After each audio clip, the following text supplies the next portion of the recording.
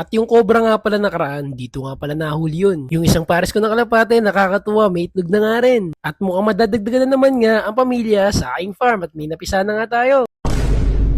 Ito nga pala ang bumungad sa akin ngayon, nakakalungkot nga lang gawa na isa sa mga nakuha natin mga pugo kahapon ay sa mga kabilang buhay na. Habang tiningnan ko naman at sinipat ko talaga yung lima kung kompleto pa ba at ayos naman, all goods, lima pa nga kompleto pa sila dito habang yung mga handfeed ko gutom na nga. Dalawa nga pala yung handfeed ko na nandyan, si Volt at si Eta kasama nila at all goods naman dito wala naman napipilayan nung nakaraan kasi hinahabol nga ni Volt. At dahil nag-trending nga pala yung nakaraang video natin nung abot sa Cobra, dito nga pala namin nahuli yun sa pwesto na to pero nabungkal na yan. Ganyan na nga kalalim yung nahukay dito. Dahil etong pwesto nga pala na to ay aayusin na rin. Dahil yung kapatid ko nga pala lagi nandito tuwing alas 8 hanggang alas 4 ng hapon para may napag-i-stayan siya. Siya din kasi ang punong nangangasiwa sa aking mga alaga lalo na pag wala ako at sobrang kabisihan sa mga trabaho sa lahat na nag-aasikaso. Looking forward na nga ako sa kalalabasan ng pinagagawa na to. At ngayon, yung inaakala ko ng dalawang babae kong kalapate, akala ko kasi dalawang babae sila at marami nga nagko-komento na baka daw parehas babae nga itong magkapares ko. Matutuldokan na nga ngayon, gawa na eto nga, meron na nga itlog sa puwitan. Sabi ko kasi sa tropa ko nakaraan, 1 linggo na nga lang ako bibigyan ko dito. Kung hindi pa nga ako magkakaroon ng itlog, ipapalit ako ng pares. Baka ako parehas lalaki,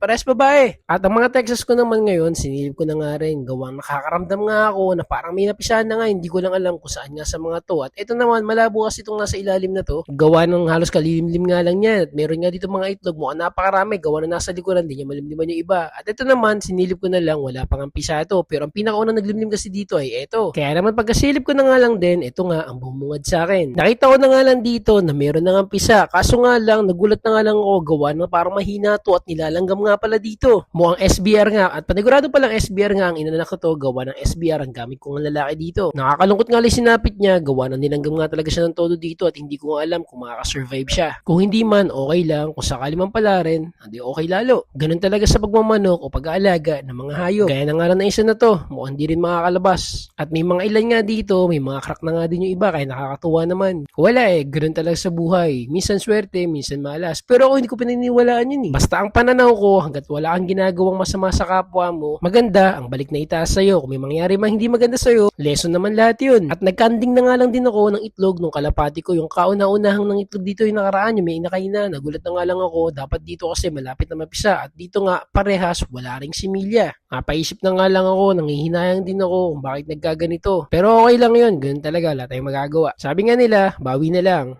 Bad day lang yan, hindi bad life. Habang nakalipas na nga ang 3 araw, eto nga hindi pa rin nadadagdagan yung itlog nung sirama ko. Na yung itlog ngayon parang maliit pa talaga sa pugo. Kaya naman ang ginawa ko na nga lang, tinry ko na nga lang isama ito dito sa kalapati naglilimlim na wala nga similya. Yung kanilang mga itlog at sinamahan ko na nga lang din ng itlog ng lovebird na hindi na nga nilimliman. Titignan ko nga lang kahit mga 1 linggo kung sakali magkakaroon ng similya. Kung wala, tatanggalin na din natin at pag-breedin na lang ulit natin sila. Habang yung ilang itlog naman ng Texas ko, dito nga kinanding ko na lang din parang mahiwalay lahat ng mga hindi mapipisa na walang similya saka sa merong mga similya. Para nga kahit pa paano, less chances na merong mabugok. At mas magiging spacious na maaabot lahat ng feathers ng ating mga inahin, ng lahat ng mga itlog na nilimliman. O siyang muli, maraming salamat kung umabot ka mas dulo ng video na to. Simpleng pag-react mo lang dyan, pag-follow at pag-share ng video natin na to, malaking tulong na.